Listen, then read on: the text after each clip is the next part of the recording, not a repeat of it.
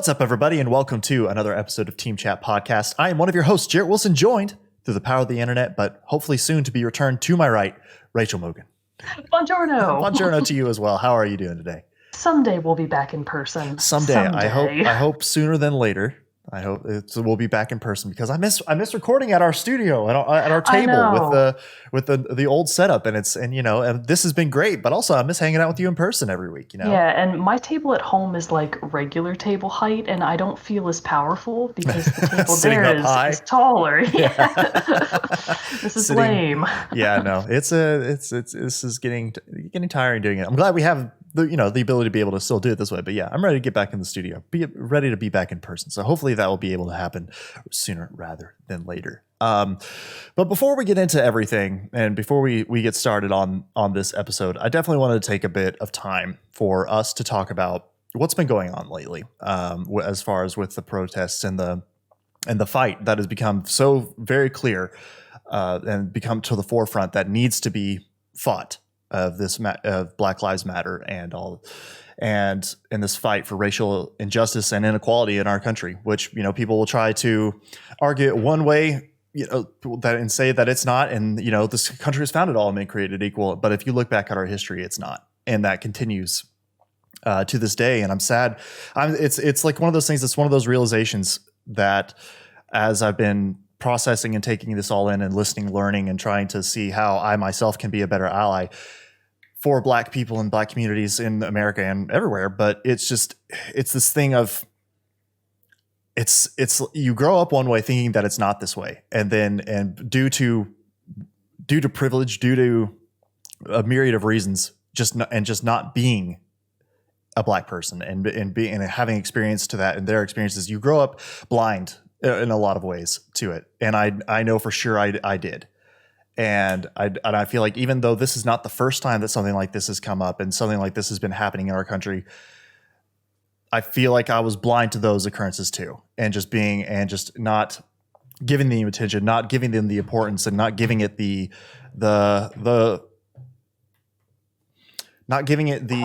gravity. Thank you, that it should be given. And I feel like now, and so a lot of this is a lot of what I'm feeling right now is anger that we're still in this place.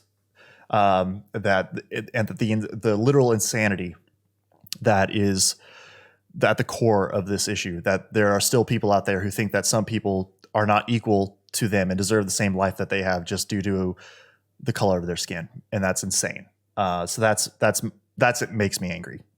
It makes me angry I haven't done more, and it makes me angry that I've lived and allowed myself to live in a bubble of my own design. I feel like part of that is related to where we live, because Austin likes to brand itself as a very, liberal, forward-thinking city, which in some ways is true, but in many ways is not true. Yeah. And it can be easy for us to, fall into this bubble of being like, oh, we don't live in a racist city. And it's like, oh, yes, we do. Yeah. We've had some terrible instances of police brutality against people of color in our own city.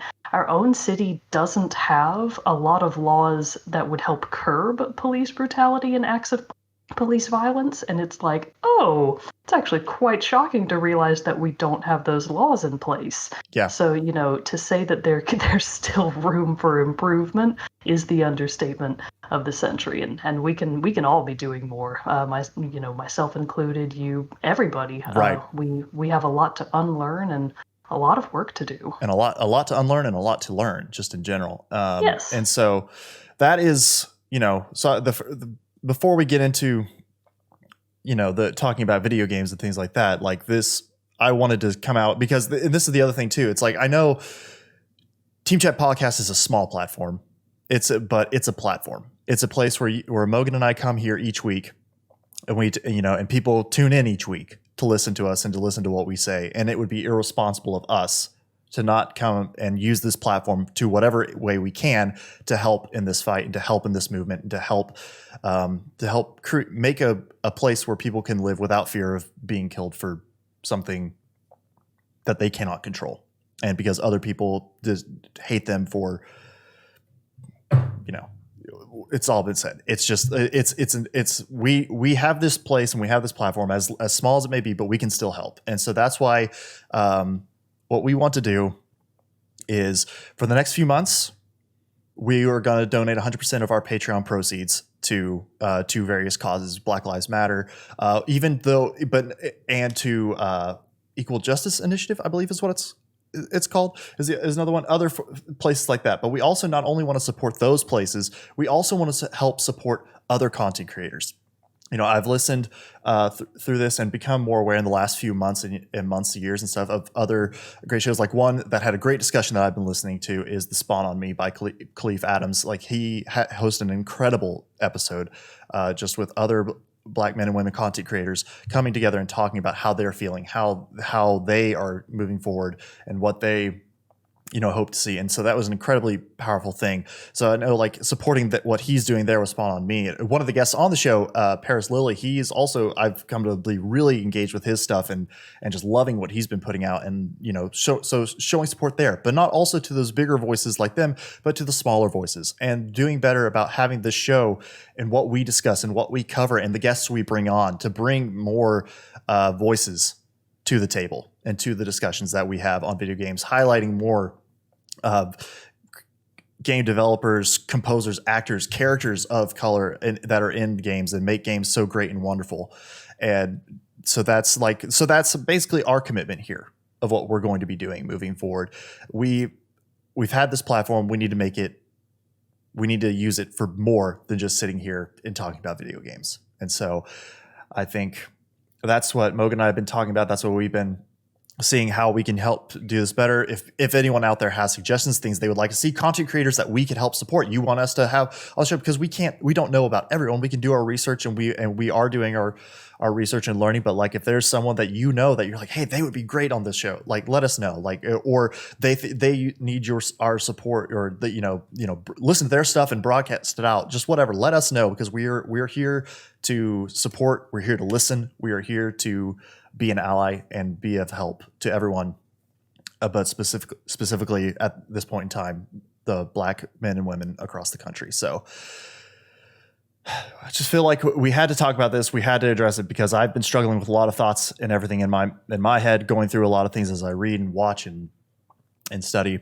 And this is how I think we can start helping. Yeah, and video games as a whole are pretty rife in certain communities. Certain video game communities are just rife with racism. Mm-hmm. So, to say that society as a whole can improve, sure. Yeah. But video games as a whole, double sure. Yeah. Like, there are still too many incidents of people flying off the handle and saying, oh, they had a heated gamer moment, when somebody drops the N-bomb, and it's like, that's not what that is. Yeah, that's it's not racism. Yeah, for sure. you don't get a free pass because you got a little angry.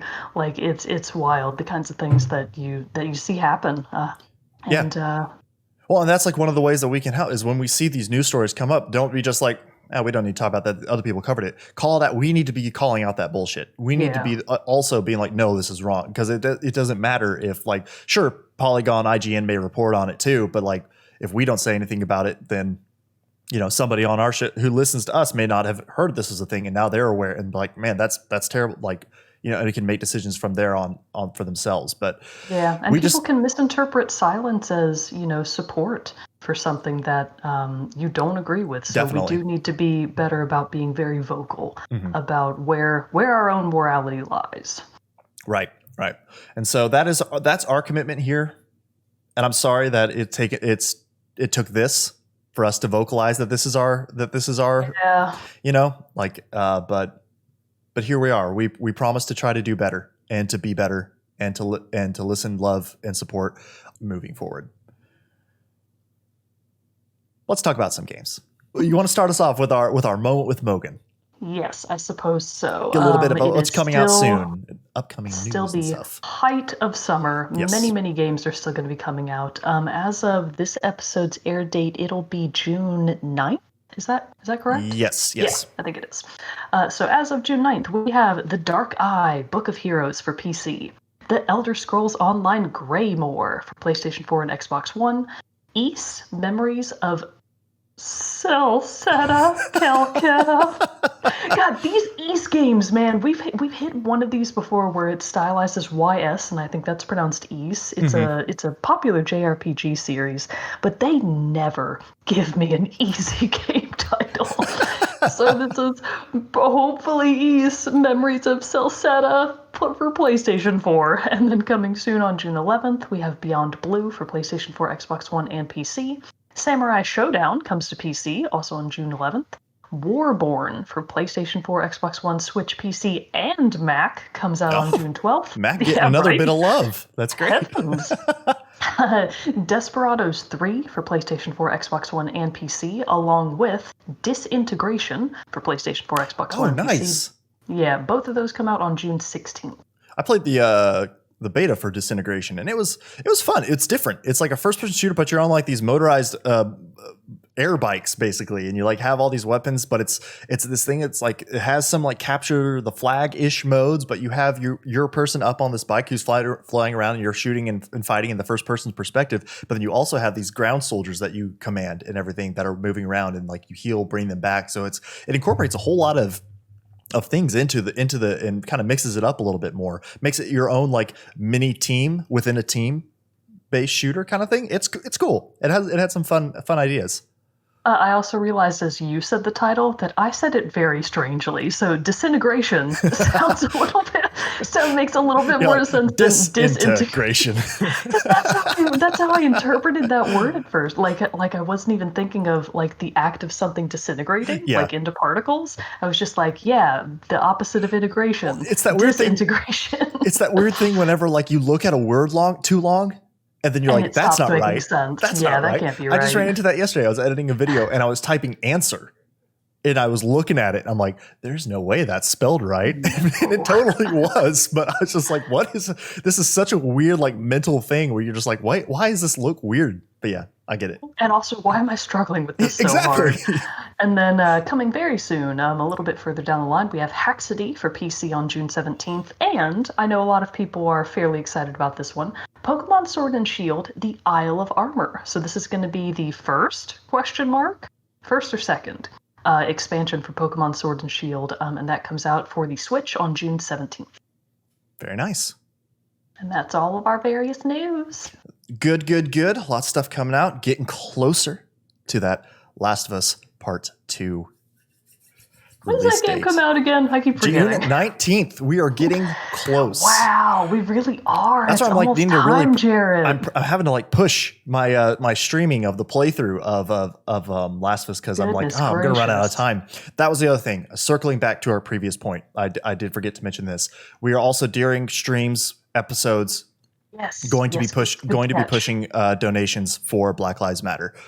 So definitely, yes, we'll have links for all that in the description below. I didn't actually do our main spiel yet. I guess I should probably do that too.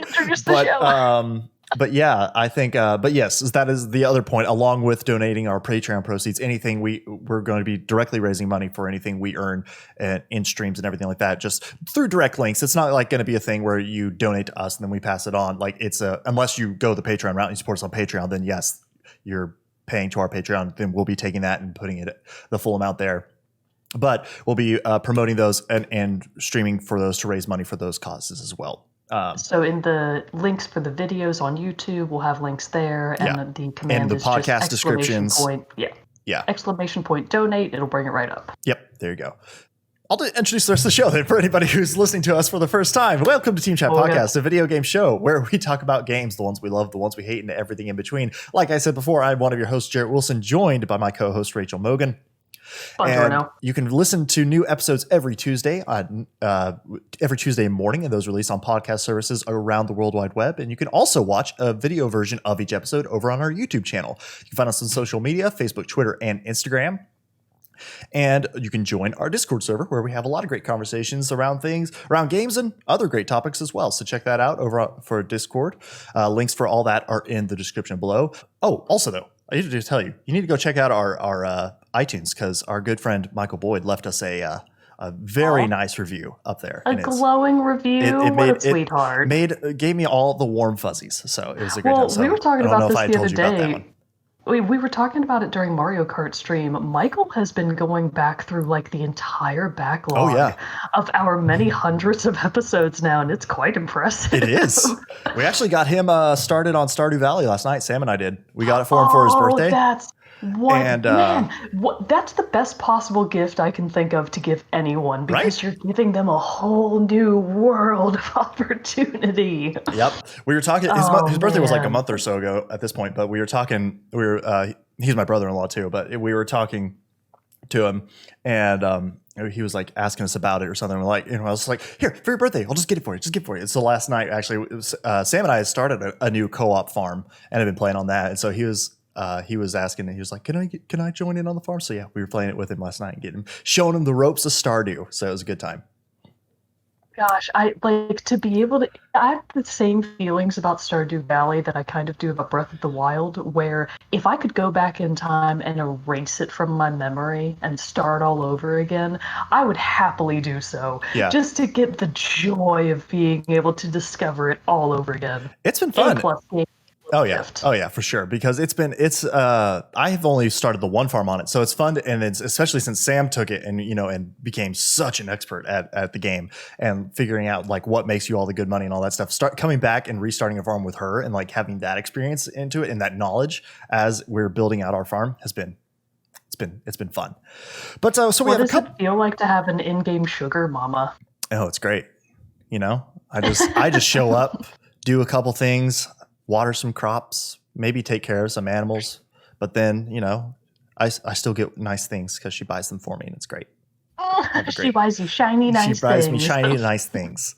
But we have a couple games that we want to talk about. Well, one new one, some first impressions of a game, and then Mogan was wanting to do like a kind of a recap on some more, an update, as I guess, to some of her time in Animal Crossing New Horizons. Yeah, we'll call it like a supporting summary Supporting because now that I've summary. got more time in it, I've just got more things to say that are a little bit more nuanced. Nice.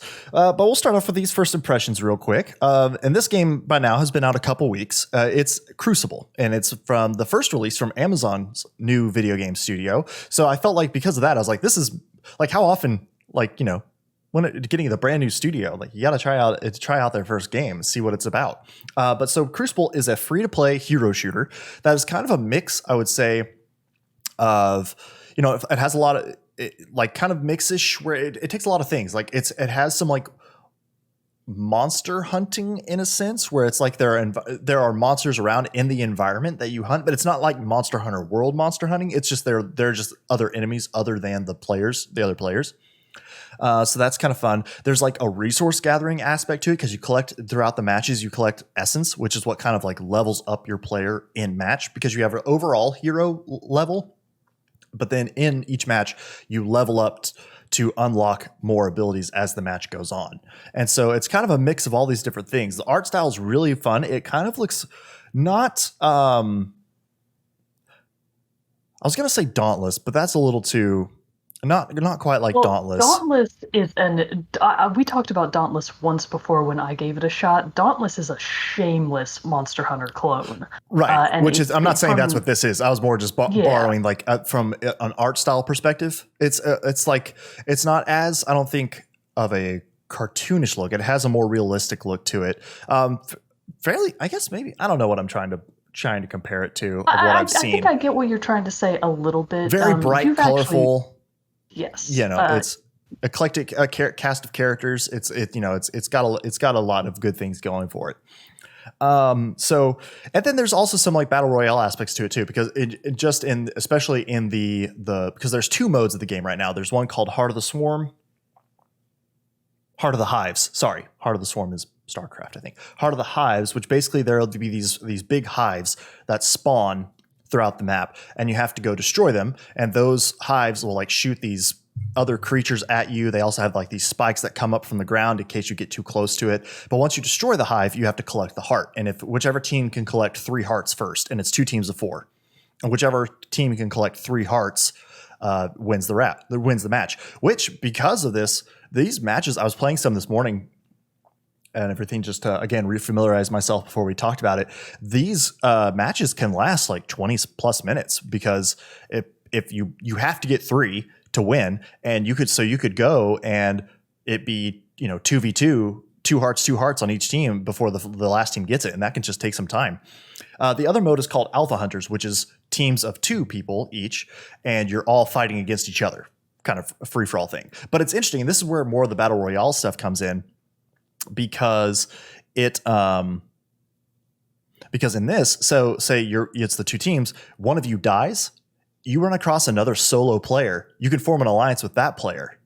Oh, that's fun. But it's like like temporary. That a lot. Yeah, I like that a lot too. It causes. Can you then turn on each other? You can, because if you survive to the final 3, all alliances break, and then it's automatically. That I really like. That's it's a super fun idea. mechanic. It's a super fun idea. Here's the problem with it. I'm terrible at the Alpha Hunters mode, because it's one of those things. Because it's literally like you don't respawn. So if you die, you're dead. And usually every time I play it, I am literally killed in the first fight we come across, because I'm just not very good. Well, so Crucible being published by Amazon, does that mean that this is, I think you've told me this before, this is a PC only game, right? Yes, you can't get it for on now. Mac? For now. It might be coming to other platforms later, but for now, yes, it's only on PC. Boo. Which could also lend itself to why I'm not very good at it, because I haven't played like main mouse and controller games in a very long time. So I'm sure there's a bit of stuff like I have to retrain myself in thinking with, but still PlayStation controller. Sometimes that works. That's true. I mean, I could plug. Yeah, you can with this one too. I could plug in like my Xbox controller or something like that and use that. Maybe I should try that. I might have more fun with it. Do that, bro. Why change and grow? That's true. That's true. When I can just remain in my own ways. But on this, but no. So it has a lot of fun. I haven't played with every hero yet, but I have found like kind of my favorites. Like I remember when I actually didn't hear about this game at all until like the day it came out. And because some of the streamers that I watch were playing it because they were sponsored by Amazon that day to play it to help promote it. And so that's when I was like posting on our Discord, be like, "Oh, look at this game! Look at these cool characters!" Like, because the one that I saw being played was Tosca, I believe her name is, and she's like this mad scientist squirrel. But so she like hops everywhere as she jumps around. Yes. And she I know which character you're talking about. And she's got like a big like shotgun splatter gun, and she throws like acid grenades and stuff like this, and could like escape by creating this gas cloud to cover her escape, but it also damages your enemies and stuff like that. But so all items from Splatoon, by the way. Oh, really? Shameless straight copy of Splatoon. But it has a lot of really cool things, because I really like, typical to hero-based shooters like this, each one has their own specific moves. And the 2 that I've kind of been using a lot and liking, Earl is probably one of my favorites because he's very tanky. He's like this big, I would describe Earl as like the cross between a horny toad and a turtle, like a tortoise. He's big, but he kind of has that like amphibious reptile look to it, or I guess turtles and lizards are both reptiles. Amphibians and reptiles are 2 different things. I know, and I was about to say, but I was like, wait, no, they're reptiles. I don't know. I'm not a science guy. I'm not a biology guy, but anyway, so he kind of looks like that. But he wears like a trucker hat, and he has like this big, he looks funny. like the tinkerer, like mechanic kind of character. And he has like this big chain gun, that's like he carries around. Misty is what he names it. And so he's just a lot of fun to play, because he's kind of like Roadhog, where he can like heal himself. He has a health canister that he can drink, but he can also like his boost, or like his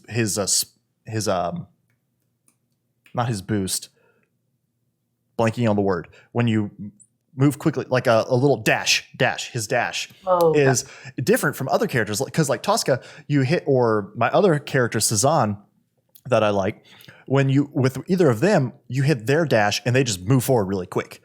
Earl, like this engine on Misty, his gun like fires up and just like jet propels him forward for like a really long distance. So it's really cool. Really funny. And then like one of his other ones, like for when he gets in close quarters, it's called these exhaust vents, and he like shoots a blast of air from the back of the gun, and it launches him into the air and just creates this area of damage effect around him, which is really neat.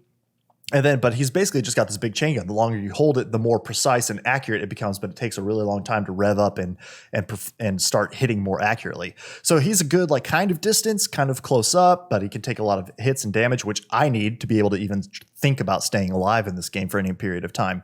But so even though I have a lot of trouble with the Alpha Hunters mode, the Heart of the Hives mode is super fun because it just has a little bit more, I feel like, distraction to it than you trying to just know that, oh, I got to fight these people. There are more objectives that you have to handle and hunting down these hives and collecting the hearts. I'm getting off track. But what I really like about this, what I was saying about how the mechanics work with the ability of the character. Cezanne, for example, she has 3 different weapons that she can use. She has like a rifle, a shotgun, and a throwing knife. But here's the thing. She can only reload her weapons by switching to a different one. Whoa. And then they Weird. have a cooldown. So like you empty her rifle from far away, you have to switch to the shotgun, get close, and then the shotgun, after the shotgun's empty, you have to switch back either to a rifle if the cooldown on it has gone long enough, or you have to switch to her throwing knife to be able to use that. So it's kind of like it's balancing the timing and everything, which makes her a more complicated character than like Earl.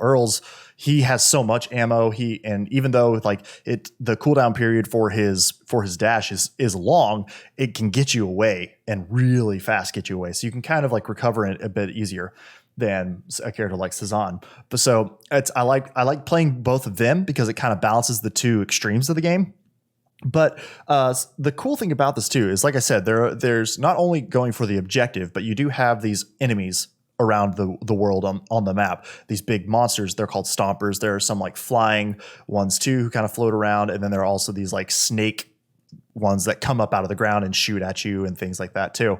And so a lot of different things out there. But the big thing too that I talked about earlier was that you're collecting essence, and you have to collect essence. You can get that by either killing the monsters, or there are these harvesters around the map that if you activate them for your team, you will slowly gain essence over time. So the more of those you can control while also trying to hunt down these hives and steal the hive hearts, it will increase the amount of time it takes, or decrease the amount of time, I should say, it takes for your team to be able to upgrade and level up and unlock all of their in-match abilities. Which is another really cool thing about this, is each character has a list of 5 levels. You can go higher than that in match, but those first 5 levels are what unlock different abilities or different buffs that you can have.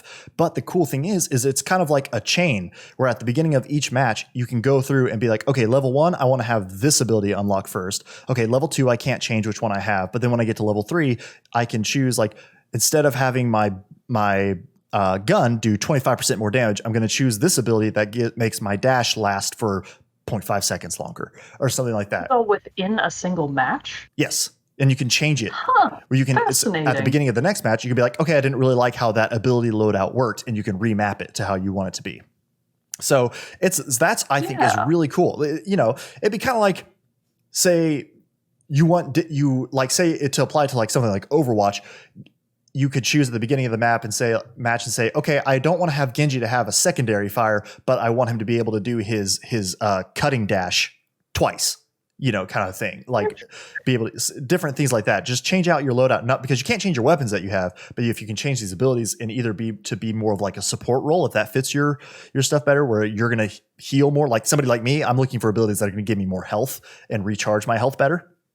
And so I really like that, how you can mix and match and like kind of play out, mess around with these different abilities at the beginning of each game to see kind of like what fits your play style best, even within these different characters. So it's like you have the extra level, you have this character fits my playstyle best, and then these abilities within that character fit my playstyle best, which I really like. But alongside all this resource gathering, and of course you can pick up like health kits and different things like that, there are even environmental things that you can use to help in the fights, such as like there will be these pods, these like pink pods. They're like a plant, and once you shoot it, needles come up around it. So like and damage you or your opponents. So if you're in a big fight, you can like kind of like lead somebody around this corner and there's one and you hit that and it damages them. Then you do the extra damage by like actually attacking them and all this. So it just kind of adds more environmental things into the combat rather than just the weapons that you have. You can pick up the health packs, like I was saying. at the harvester, some of those have like these health refill stations and different things like that. So it's there's a lot going on in these games, and I think that's good for the game at this point because there's only one map, and it's this for either mode, and there's only the two modes. So it's good that those modes have a lot of things in them to keep it fresh, other than just doing the fight, die, repeat. But I will say though, of the two modes, Alpha Hunter, because of how bad I am at the game, is probably my least favorite mode because and sometimes too, it can kind of take a little bit of time to get into a match, like a couple minutes to find a match. And so if you spend a couple minutes getting into the match, and this is not something I'm faulting the game for, it's just because of how bad of a player I am. It just makes the mode frustrating. Do you have such a long load-in period to the match, get into the match, the first opponent you meet, I die.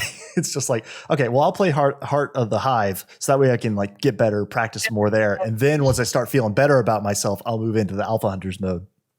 And so the other things about it that I really like, let's see. Oh, a big thing, because we're a big fan of soundtracks. Each hero has their own hero theme, which I think is really cool. And the music's really good too. It honestly reminds me a whole lot of Anthem's soundtrack, which I really enjoy. So I really enjoy the soundtrack to this game of what I've heard so far. The other big thing, how you get into the matches is really cool because it has, it pulls up this pre-lobby thing. You see all the other people, the other teams, and what characters they're using. But you're in this drop pod basically, and it just shows this drop pod on the screen. And then you can fine tune your abilities that you want to use for that match. But then it also has the map where you can choose your drop locations.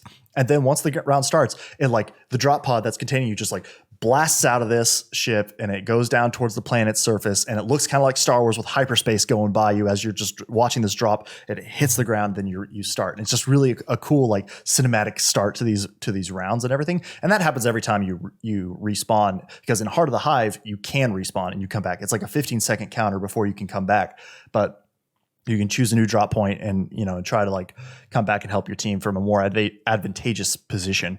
But so I really like just the epicness of how that feels, of being dropped into this fight and everything is really cool. And what also is fun is along with all of these resources and everything that you have to collect and the monsters and stuff like that, there will be in-match events that will happen. Say they'll start dropping late game. They'll start dropping these damage boosters. So there are these damage boost canisters you have to collect and then take to a drop-off point, and it helps your team out, or these various buffs. Or there will be a new nest of monsters will spawn somewhere within the area that you're fighting. And so, it's really, so in the beginning of the match, it will show these a list of here's what's coming up in the match. Here are these in-game events that will happen, and what buffs you can count on late game, or what buffs you can take advantage of early game, or what areas to avoid early game and then focus on later in late game. So there's a lot of things happening to it. And it's not just, so, even though at its core, it's just okay, so I'm going to be a hero and I'm going to fight other people. Cool. There's a lot of little mechanics and systems going along underneath it, I think, which help make it stand out and be different from other hero shooters, such as Overwatch. Not saying Overwatch doesn't have these other mechanics and systems to it, but it is a little bit more of there's not as many environmental things you have to take into account in Overwatch, as far as, finding explosive barrels or explosive thing, to help aid in your fight, that you have to be taking into account while you're going. So I think it has a lot of really great ideas. I still need a lot of more playtime into it before I think I would consider myself good at it by any stretch of the word. But for the first release of a studio and everything like that, and it really hasn't even really seemed that buggy. It runs really well, looks great. The graphics and just the overall art of the game are very beautiful, for lots of very bright colors, vibrant, alive, and map and everything. It looks really good. So I'm excited. I don't know if I'll necessarily spend a ton of time in it, and if it's necessarily really my cup of tea for a game. I know I like Overwatch a whole lot, but I mean, I've even dropped off in how much I've played Overwatch lately. So I just, but for what I've played, I've enjoyed it. I wish I was better at it so I could enjoy it even more, but it's still so of what I've played so far, Crucible is a pretty fun time. I mean, it does sound like studios are getting more creative with the kinds of things and the ways that they're approaching battle royale specifically, because that's such a specific type of game that is all over the place right now. And it's starting, we're already at that point where it's starting to get stale. Not everything needs to be a battle royale, and they don't all need Apex is still Apex Legends still king in my account. But that being said, there are many other pretenders, and what we do need more of is variety. So it sounds like Crucible has some extra interesting variety added in there, and I like that there's more thought going into ways to make these battle royale style games more diverse in terms of how you play them. And like I said, I wouldn't even necessarily, I don't think, call Crucible battle royale. I just saw No, like I'm more like the one mode you were talking about. Oh yeah, the Alpha Hunters one. Yeah. Yeah, I think the ally system in that one is awesome. Like that's and this could be a thing too, is like you can try to be like, hey, I want to be on your team, and that person can be like, still no, and just like hose you down. So it's like, but I think for like that's probably my favorite thing that you've said the whole time. Yeah, no, mine too. When I found out about that too, when like the game came out and I was going through and watching videos and everything on it, I was like, damn, that's awesome. Like that's really cool, and that's a really cool system that would be fun to see implemented in other games too.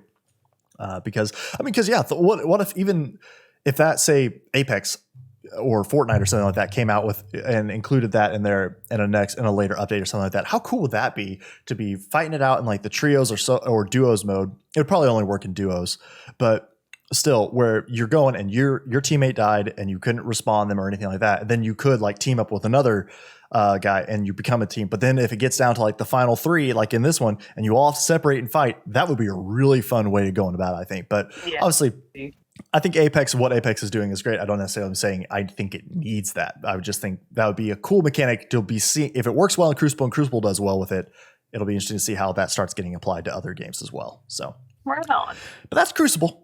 That's all I really got there. So what's happening on a Tom Nook Island? So on Tom Nook Island. Oh, sorry. It's called Moganda. I was about to say, sorry, Moganda. Which I still love that name. I love that.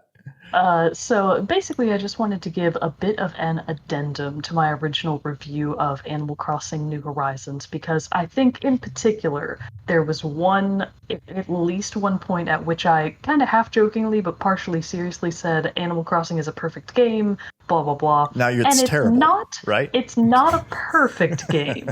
So I kind of just wanted to delve a little bit more into now that I've been playing it for so long, I actually checked my hours. I am almost at 180 hours. Oh wow! In Animal Crossing New Horizons, very nice. And that's almost that's almost as much time as I've put into Breath of the Wild, and it's getting close to my Stardew Valley time, which I think is the game that I've put the most hours into on my Switch. Mm-hmm. So it's getting up there, and having played the game for this long, I feel like I have a much better, and having done so much more on my island and added so many new amenities, I feel like I have a much better grasp now of some of the ways in which the game is not very user-friendly, because as an atmosphere and as like a place in your mind that you can go and have a relaxing time, the atmosphere of Animal Crossing is still perfect. I contend that the game as a whole, in terms of how you feel when you're playing it, and how you feel about it afterwards, A++,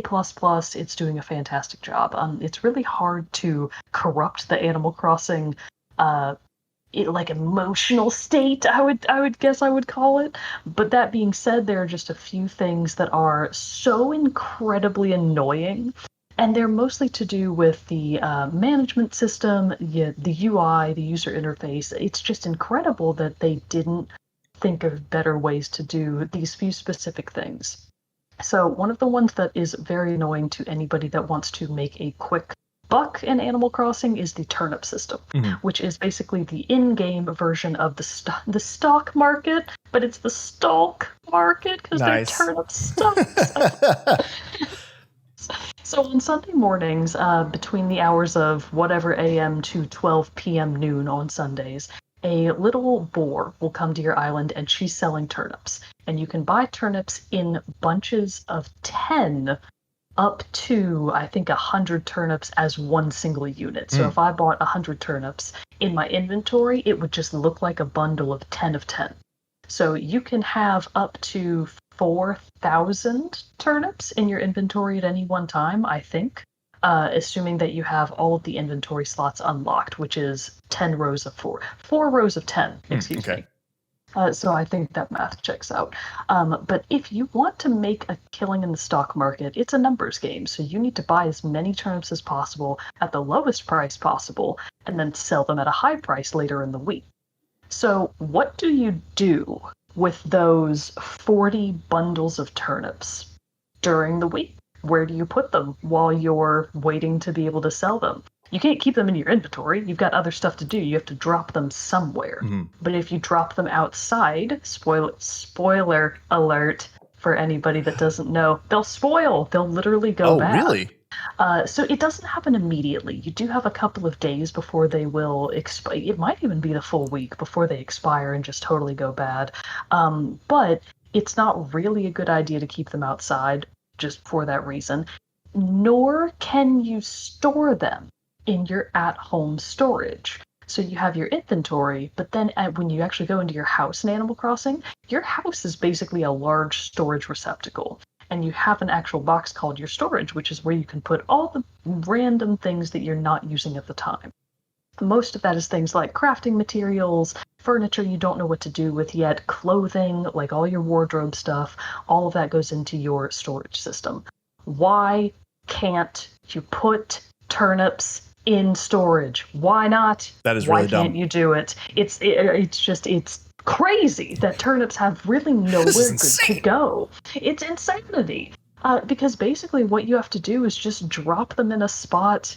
I don't know how other people have been doing it. I've just been dropping them in the main room of my house, which I keep empty specifically for the purpose that I need all that floor space for my stupid turnips. Yeah. So after a certain point in the game, money really does become a moot point. You eventually get to a stage where you really no longer need it unless you're making some massive changes on your island and you suddenly need a big influx of cash. But especially starting out, getting a lot of bells very quickly is very important. In the millions, you really need millions of bells to be able to make real progress in Animal Crossing. And the fact that the key way that you make money in that game isn't a little bit better managed is just mind-boggling to me. Let turnips go to storage 2020. This is my cause now. That's one of the things that just really annoys me. So turnip management could be better. The real true, so it's not, I would argue that for other people it's probably not the top offender of non-user friendly Animal Crossing things, but for me personally it is. You know how much I love in-game fashion. I do. I'm all about clothes. I don't give a damn about the stats. Give me those sweet outfits. And of course, there are no stats in Animal Crossing, but there are many, many, many clothing items. There are hats, there are hair accessories, there are shirts, pants, skirts, dresses, there are socks, there are shoes, there are bags, there are like cute little backpacks and whatnot. They really did an excellent job with the variety and the quality of clothing items that you can buy in Animal Crossing. And yet, the way that you buy them is infuriating. Ooh, tell me about this. I don't know. So when you go into Able Sisters, which is the clothing retailer, there will be a small selection of clothing on the floor. Got so excited I knocked my mic around. There will be a small selection of clothing like on the showroom floor, basically. And it's really just like 2 mannequins and a couple of pieces that showcase specific items that are in the shop that day. But in order to view the full inventory of what you can buy on that day, because stock changes daily, you have to go into the fitting room, which is fine. So you go into the fitting room and it basically has your little character in the center and then all of the clothing items that are available around you. And you can try them on, you can mix and match outfits. It's a really fun system. I like that part. There are multiple, in most cases, there are multiple colors of each different item. So if there's, knee-high socks that day, there will be white, black, navy blue, beige, whatever you want. Same thing goes for shirts, same thing goes for, dresses. Basically, almost every item has multiple colors of it. So if you see like a puff sleeve blouse that you really like, and you like all the colors, and you want to buy all of them, you have to buy them one by one, because you can only buy clothing that you have tried on your person at a time. So if I want to buy all 6 of colors of a shirt, I have to try the shirt on, hit buy. it purchases that shirt for me, ejects me from the fitting room because that's a requirement. You have to like leave the fitting room, and then the Able sisters will be like, "Hey, you look great. We shipped the stuff that you were wearing back to your house at home." And then you have to go back into the fitting room and do it all over again. And it takes forever. And that's just shirts. That's just one shirt. What if there was other stuff in the shop that you also wanted? You got to get that coordinating pair of pants. You got to get that hat that just fits to a T with the rest of the outfit. It's incredibly tedious. Like, there's nothing fun about the way that you purchase clothing, and I think it is just killing that particular fun aspect of the game for me. Once I go to my actual inventory at my house and I'm able to change my clothes on my own, yay, that's super fun. Love it. But the fact that you can't purchase clothing items in bulk and more than one at a time is just bananas. It's insane.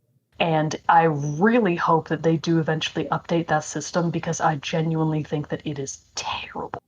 I think that it should have been forefront of the mind. Hey, we're going to have multiple items in the shop at a time. What if people want to buy more than one?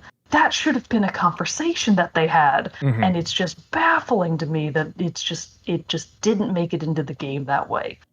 So the clothing and wardrobe management system, specifically for making purchases in Able Sisters, terrible.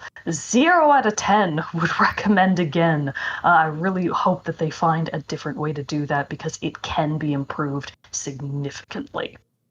So that part's unfortunate. To the extent that I have not bought certain colors of an item because it's just so annoying. I'm like, nah, I'll just buy the yellow one. I don't really need the red and the blue ones. Who's got that kind of time? Because it's such a time suck. Because there are turnips to sell that are going to spoil. There are turnips to sell. I've got fossils to dig up. I've got fish and butterflies to catch. There's all other kinds of stuff to do that is more fun and more user-friendly than buying on and purchasing clothing. Something just infuriates me, because it's one of my favorite things about the game. Yeah, that's frustrating if you have to run to that much of a time suck to do something that is, and because it's so cool too. That's, although I have yet to play, like, it's still one of the things that I see that I think is really cool, is that you can, people can design their own designs to put onto the clothes and have all this stuff. And it is such like a big part of the game, and just have that be such a time suck in a non-efficient way of handling it would be incredibly frustrating, if that was one of the key parts of the game that you like doing. Jared, there is an item in the game that is a crown that looks exactly like the crown that we use for the Milord emote. Oh, man. So you could it's very expensive, but you could absolutely make yourself a character and then make yourself real Milord Jarrett. That's what I'm going to do. That's my goal now, is to create Milord Jarrett inside Animal Crossing. You could put your house on the highest spot on the island and lord yourself over everybody else. I think you could have a really fun island if you got into it. Nice. But the other problem, and I think everybody and their mother agrees, and their grandmother and their grandfather, I think everyone agrees that and this is a key function of the game. Sociability and the ability to visit friends and have visitors on your own island is a huge marketing factor for Animal Crossing New Horizons, because it's, the ability to host friends and visit them in turn has just been ramped up to 10,000 in Animal Crossing New Horizons. In previous games, there was kind of an attempt to be able to visit people in Animal Crossing New Leaf via the islands, like the mystery tours kind of thing, but never on this scale. So I can understand that they may have hit some roadblocks in terms of not being sure how they wanted people to be able to visit each other. But the way that it's been implemented, again, it's just a series of annoyances that add up to just a frustrating experience overall. Because every time you visit someone, of course, you have to connect to the internet. You go to your in-game airport. They say, where do you want to go? You say, I want to visit somebody. Do you want to visit somebody locally or online? I want to visit somebody online. Okay, do you want to use a dodo code, or do you want to visit a friend's island? And the menu system for how you input where you want to go is in and of itself annoying, because it could be done there could be steps cut out. It could just be a little bit more straightforward. So that part is annoying. But then when you actually visit someone else's island, everyone on that person's island has to watch an unskippable cutscene Oh of no. you arriving. And unfortunately, like there's no getting around it. People Yeah. can't not see the cutscene.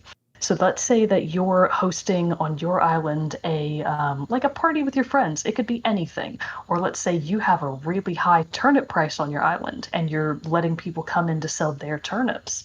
You can only have up to 8 people on an island at a time. So for those 8 people that are visiting, for every single one, everyone has to watch the cutscene of them arriving, and it's not short because it's a connection over the internet. Hmm. It can be upwards of 30 seconds to maybe even a minute, depending on the connection time for someone else to arrive.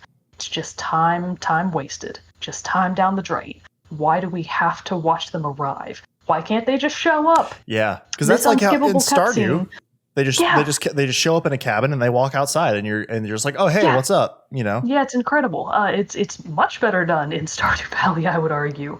So the fact that there's an unskippable cutscene for everyone, not even just the host, it's for everyone. Hmm. That part blows. That would be annoying. Uh, the other part about that is even getting onto somebody else's island presents some challenges of its own.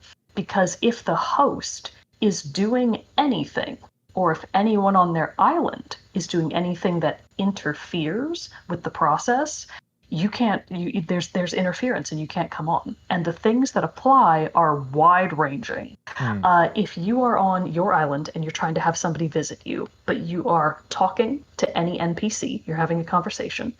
If you are on your Nook phone, basically meaning you're looking at your menu or you're chatting with somebody in game, all of those prevent people from visiting your island.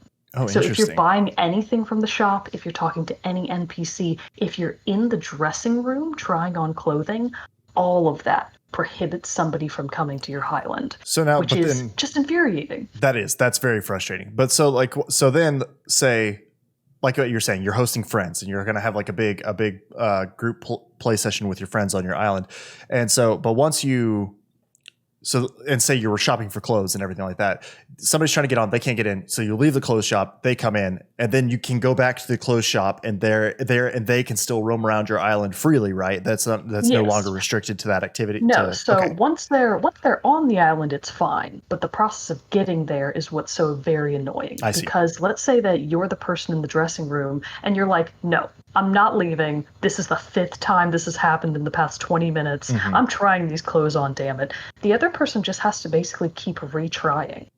Because on their side at the airport, the adorable dodo Wilbur, he'll be like, sorry, there's interference. Do you want me to try again? And you can hit try again indefinitely. But every time you hit try again, everybody on the island you're trying to get to sees like a scrolling notice across the screen that is like, someone's trying to arrive. And Oh. it's like, cool, don't care, not stopping what I'm doing. Mhm. So it's just this push and pull of people trying to get in and other people not wanting to stop what they're doing because they've had to stop 10,000 times because the system is done so poorly. So it's bad for everyone. If there weren't that unskippable cutscene, I feel like it could be so much better. And the opposite applies for leaving an island. So now leaving an island is a little bit better because you've got more options, especially if you're the host. If you, as the host, end the session for all at the same time, everybody just gets booted, but all of their progress saves, and everybody gets to go home at the same time. No cutscenes. It's excellent. Yeah. But if the session isn't ending and you're trying to leave one by one, just kind of on your own time, and you go to the airport and you're attempting to leave, if somebody's on their phone, if somebody's having a conversation, if somebody's doing anything that would prevent you from coming, it also prevents you from leaving.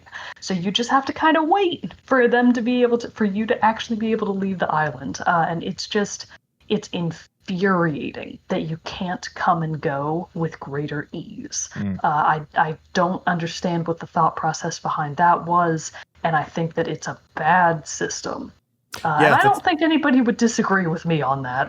It does seem like that. I mean, it's like having friends come to your island has to be a coordinated effort, not just like a stop by whenever. No, it really does. Yeah. So, for example, like in my various Discord servers that I have, one of them is pretty much specifically for Animal Crossing because it's all my Splatoon friends that now have Animal Crossing, and some new friends that I've made along the way. But it's basically like if somebody opens up their gates and a bunch of people want to come in, they'll kind of be like, okay, who's ready to come in the next 10 minutes? And everybody will be like, me. And then you just sort of have to coordinate and be like, okay, I'm trying now. Now I'm going to try. Now it's my turn. And basically, you just have to be like, we're all going to arrive one by one. No one's going to do anything. This is what we're all doing for the next 10 minutes so that we can just all get onto this island and then go about our days and actually play. So if you don't have that kind of good communication and you don't really have those lines open with other people, it's messy, it's annoying, and it's just bad. It's just a bad way to do online play, and I know that it can be better. So fingers crossed that maybe it's some big update in the future they'll fix it. But Nintendo's online capabilities are not what they're known for. For sure. I think it would be a far stretch for them to actually do anything significant to fix that system, which is unfortunate. Yeah. But anyways, aside from those three things that are the bane of my existence in Animal Crossing and that hate to my very core, that does not tarnish my overall view of the game. I do just want to reiterate that. I still think that it is super fun. I'm still having a blast in it. The ability to terraform and make your island just exactly the way you want it. I've been getting more into that, and my island is really starting to take shape now. So it is still absolutely a super fun game that I would recommend to anybody, but that's not to say that it's perfect, because there are a few things about it that are just infuriatingly terrible. Could be better. Come on, Nintendo. Sakurai? This is his game, right? So I have a question, though, because I know, as we've talked about on the show before, that Sam and I will eventually be playing it at some point. I'm going to get you that crown, buddy. I'll mail it to you. See, now I'm all in. That's all I needed to hear, is that I can get a crown. But so here's the question. Do we have to buy multiple copies of the game? Or can we buy it for one of us, we both install it on our Switches and play it on our separate profiles? Could we then at the same time be able to then come to each other's islands? Or would I have to, or like how? No, you would. In that scenario, you would have to have two separate copies. Oh, that's annoying. One of you would, in order to have your own island, each of you each have to have your own copy. And I think I may have mentioned that briefly when I did my initial review. Okay. Because one of my friends, he has his island, and of course he only has one copy, but he also wanted his kids to be able to play with him. Mm-hmm. But unless you have multiple copies, they can really only create profiles and then live on your island in their own separate houses. But what they can do versus what the island owner can do is very different. Interesting. So if you wanted to get the full experience, both of you would have to have separate copies. And I agree. Yeah, I agree that that's also not a well done system. It was a point of contention that my friend was really annoyed with, and I completely understand. Yeah, because it's that's what, I know we would probably, I still imagine that that's once we ever do get it, Sam will play it more than I will. But still, it's they should at least have a deal. If they're gonna make it that way, buy, it's you buy two versions, you get one of them 25% off or 10%. Yeah, or let's something. hope so. I'm sure that there will be some sort of sale, hopefully, for Christmas or whatever. But if we got to buy two versions of it, then that I might be waiting for. Well, that's probably a good case where you could buy a used copy for the other person. So, okay, that was just one thing I'd always wondered, because I was obviously we would want to be able to do that and visit each other's islands and do and play together and different things like that. But I was but does that mean we have to shell out money for two versions? So that's kind of frustrating. But the alternative is that you buy one copy and then each of you just kind of is the same person so that you can both work on the island together. That's true. But that's not really playing together. Yeah. That's just kind of managing an island jointly. Right. Because I like it how it is on the Stardew co-op farm, where Sam owns the farm. It's everything is in there, but all the quests and everything still happen independently. I still have to go find the mayor's shorts from Marnie's bedroom. Sam does too, even though it's her island. But all the money is joint, which is kind of nice. Then you don't have to worry about all that stuff. But so that's kind of frustrating. But I have no idea how money works if you have multiple accounts on an Animal Crossing island. That's something I hadn't even thought about. Well, I guess for the pure research of it, we'll have to buy two versions, and then get in there, Jarrett. This is for Team Chad. This is your responsibility. No, I think like I said, we'll get into it eventually. Just finding the right time to do it, because I know that it will be it will take up, especially as we get into it. I mean, right now I don't have the time to play it, but and I think that's kind of Sam's thing too. She knows that once she starts playing it, especially because of how much she latched onto Stardew, she'll be like all in on this one too. She'll be all in. She'll be all into it. I'm excited for whenever we do start playing it. But it's in our plan now. I originally was like, no, I don't want to play it. But now the more I see and learn of it, I'm like, okay. Now that I learn there's a crown, yeah, I'm all in. I'm 100% in. I'm not sure if there's like a red cape. I need a cape and a scepter. See, you can't. Well, the closest you can. If I can't have a scepter, I'm out.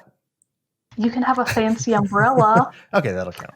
That's about the best I think you can have. Aside from your tools, your character can't really hold items. But you can have a real fancy crown, and you can hold a colorful shovel. That'll work. Okay, I'll just say that's a scepter, and that's just what I'll have to live with. So I'll just go with that way then. Very cool. That's my update on Animal Crossing. Very cool. It's good to know that you can look at it with an objective mind. Not just be wowed by all the. Dude, what was that? Critical thinking. Critical thinking. Exactly. Critical thinking. Well, that pretty much wraps up this episode of Team Chat Podcast. If you have played Crucible and have thoughts on it, want to team up with me and try to help me get from the scrub levels, let us know in the comments below. And of course, if you have any more thoughts on Animal Crossing as you continue to play it in the months since its release, let us know about those too by sending us an email at teamchatpodcast@gmail.com, commenting on our social media, sending us a message on our Discord. Lots of different ways to get in contact with us, but we'd love to hear from you and hear your thoughts on this as well. Before we go, we do have to do our soundtrack spotlight, which I am going to focus one of the hero themes from Crucible into Cezanne's theme.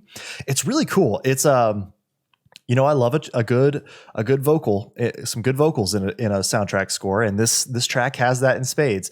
And honestly, has a very I would say a Middle Eastern feel to this track, but then also futuristic, it's spacey. So it's a really cool track. I really enjoy it. And so that is Cezanne's theme from Crucible, which we'll be playing after the end of the episode, which is pretty much now. Until next time, everybody, I'm one of your hosts, Jarrett Wilson, joined by Rachel Mogan. Out. Reminding you all, please donate to Black Lives Matter. Be there for them. Support them. We love you. We support you. We are here for you. We'll see you all next time.